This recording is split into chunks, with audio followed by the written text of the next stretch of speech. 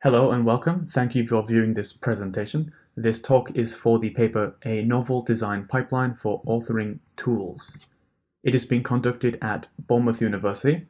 Here are the three people involved in the project. Myself, presenting, Daniel Green.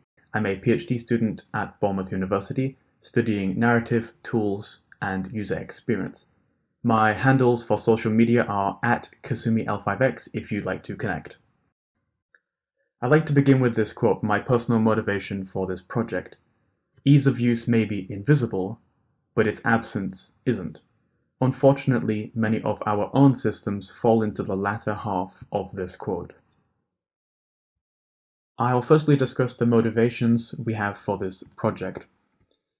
In the academic circle, usability of IDN authoring tools feels like the elephant in the room. We've acknowledged now for quite some time this is a problem. And that's a great first step. However, there is little to no research in our community of how to design for these target audiences. The tools we do use and do create have gone through three key overlapping stages. Now, this timeline is heavily simplified in the interest of brevity, but it does get the point across. We began with terminal-based authoring. That's writing in Fortran, MDL, BASIC, using editing software like EDT or VI. This is hard, it's essentially programming. We did introduce Type It In Yourself magazines later, which helped people get into authoring IDN, lowered the barrier for entry a little bit. Later we do see systems such as the Quill or Adventurer that require little or no coding. That definitely helps. But regardless, significant technical knowledge is required to create with these tools, and even to read them, quite frankly. General hypertext tools then began to enter the market, like HyperCard as we see here. Many of them were used for the development of IDN, even though that wasn't their intention. The usability inherently improved because we had widespread commercial systems to be used by many users, and they had to be easier to use. We can see other things such as Toolbook or Director, Flash, even the web. The downside is that they don't really appeal to the particularities that we have in IDN, and that can be problematic. Then we move on to the final stage, which is tools that are specific for IDN. They can focus their affordances on the corresponding tropes of whatever they're targeting. You could say it started with software like the Quill and Professional Adventure Writer on the terminal days, but now we see a wide variety of these tools. So we see programming-based tools like TADS, to some extent libraries like RenPy, depending on how you see them. We also see abstracted domain-specific languages, a bit higher level, like Inform or Ink. We have graph-based systems like Twine, which is what is in the image on the screen, or RTC Draft. We have form-based data entry-looking programs like Quest. There are plenty available. However, dedicated IDN tools have introduced many new paradigms for authoring of these stories, and we have yet to understand these paradigms and their impact correctly. Many tools even mix the approaches together, and that's something we don't quite understand yet. It is likely that few of us are trained designers, but that doesn't mean that we should shy away at the idea of proper design processes to better the usability of our systems. And while general practices can help, like using heuristics or things like that, we have a new challenge for designing for a specific domain, which requires domain-specific techniques. Now, our goal is to raise awareness of this problem and experiment with bringing established design principles into the development of IDN authoring tools. The field of UX design processes and their constituent methods is gigantic. We can use this as a library of proven methods to build upon. In the interest of time, we will not cover this in detail. However, it is important to note that there is not a single pipeline that solves everything. This is very much a template system where you should tweak and adapt it, add your own methods as appropriate to suit your own needs. In our case, we analyzed two pipelines, one to the right and one below. We combine aspects of them with the different stages in our pipeline being informed by appropriate literature related to our own demographic, which was games storytelling. For the interested viewer, I recommend checking out nngroup.com. It's in the bottom right of the right side image. They host many articles related to this subject. I'll now discuss our own pipeline and walk you through an application of it when we recently designed our own tool. It consists of 3 stages. The first is research, where we figure out who is this tool for, what's the context surrounding its usage, and what are the required features for it to function. We then move on to the discover phase, where we look at basic designs, we sketch out ideas, it's very exploratory. Then we introduce users into the mix to understand their thinking about such a hypothetical system. And the aim of this is to develop a functional design that's not quite ready for implementation, but is enough to build upon. Then we finally go to the refine stage, where we use that information and create higher fidelity interactive wireframes. Then we involve users with user behavior studies, such as the right refinement process that we chose, to tweak and adapt based on how users really would interact with the system. And this aims to develop a polished design that is ready for implementation. Our research phase begins with building a persona, but access to game development professionals is pretty limited, so instead we tabulated game job postings for the appropriate job types and looked at the skills and requirements that they all needed, as well as reading relevant books from the industry, in our case for narrative designers.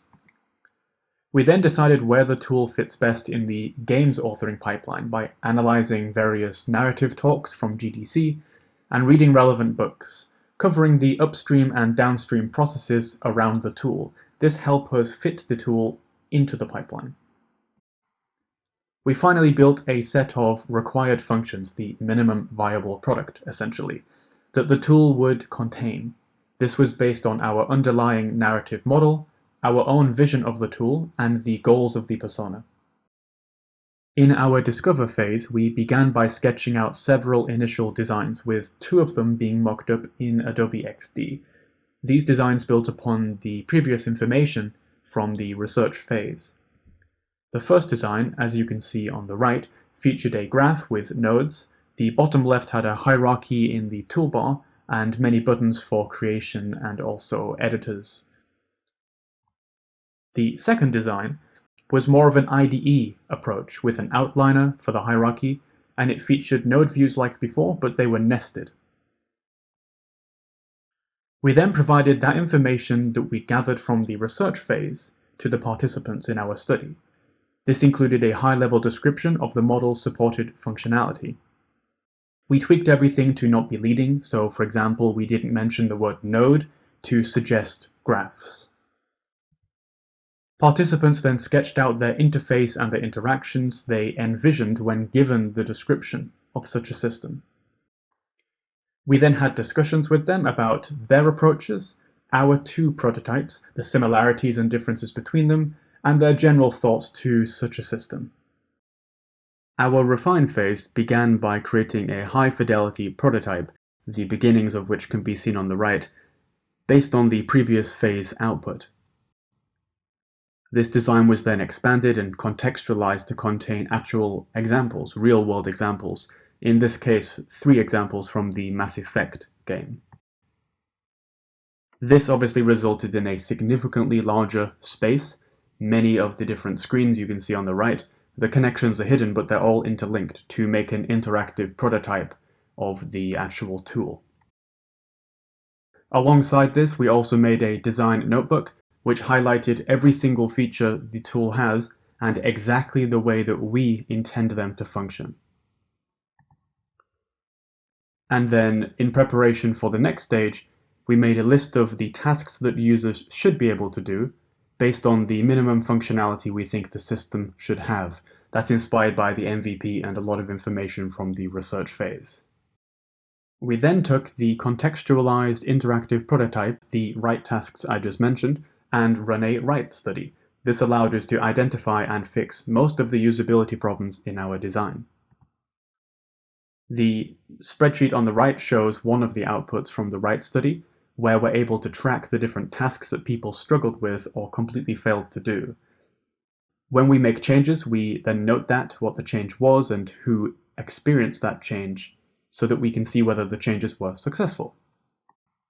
Since this is observational, We are able to discuss with the participant how they thought it should function. We can see how they actually acted. We can discuss with them the features and functionalities in general, and use this information to come up with more intelligent solutions to the usability problems.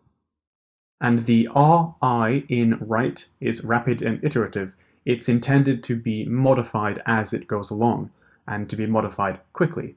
In our case, we modify the design document when features change, the actual prototype itself when features are added or modified, and even sometimes the tasks themselves. If you're interested in this methodology, I recommend you check out this reference. It's in a book called Games User Research from 2018 by Michael Medlock. During the write study, we made several large-scale changes, and many more smaller changes too. The important point to us in this process was that many of these problems were invisible to us, because we knew how the software worked. It wasn't a mystery on how something functioned. But having actual users go through the tasks, in this case using a write study, we were able to highlight the areas that we as developers were blind to, because we are not the target audience of these tools. Let's have a quick look at how some components changed throughout the write study. The script editor, which is quite core to our tool, had two changes made. The first is that we added on the bottom panel a vertical red bar and an icon, matching that of the errors in the body of the code. This allowed them to draw links between the two and know that that panel at the bottom is related to errors. The second at the top right, the label that says current script followed by a colon, that used to be an instructive piece of text rather than a label. However, we found that nobody read it, even when it was up front. Instead, we repurposed that label and hid the instructions behind a question mark button that you can see in the top right. Strangely enough, more people read the instructions when they were hidden than when they were presented up front. We also found that users felt more comfortable in their current position in the hierarchy, so the location in the hypertextual system, if we had a parent group that everything was part of. Luckily, in our underlying model, we have this concept, so it was as simple as exposing that visually. Additionally, in lists, we had problems where users didn't quite understand the function of the list, so by adding a header to that list, we had no further troubles. We could also exploit that header and add a button, like you see the little plus icon on the right, that allowed us to add an alternative way of creating. We also found that some users weren't comfortable with right-clicking on we call canvas, the graph. So we added a toolbar to the bottom with dotted lines around the buttons to suggest a different interaction paradigm, in this case, clicking and dragging. And that was very successful. After adding it, every participant defaulted to this method. We have since used this refined design to build a more complete guided experience for an experiment. You can see a sneak preview of one of the examples that we've created below. I'll let this play through.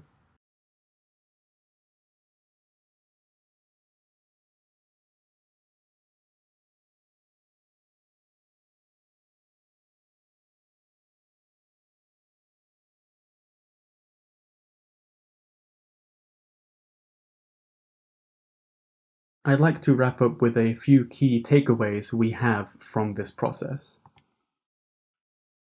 The first is that creating and following proper design pipelines is really something we can all do, but we usually do not do.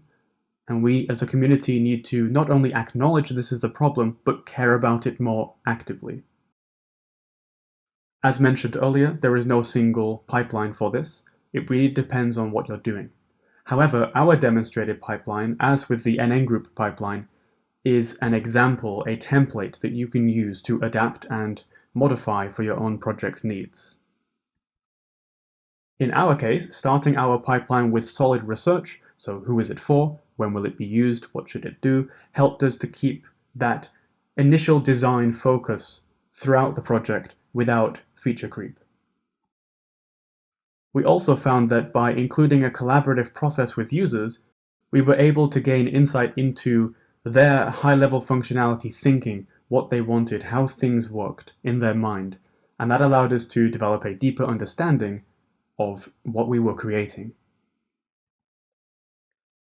Similarly, using a iterative design process, in our case we used write, we were able to discover a wide range of usability issues quickly that would otherwise not have been found by us as creators. As mentioned before, we are not the target users. If you've gotten this far, thank you very much for your attention. I hope it was useful. If you have any questions, I'll be happy to answer them in the main session once that begins. Otherwise, feel free to contact me on the email below or any social handles at KasumiL5X.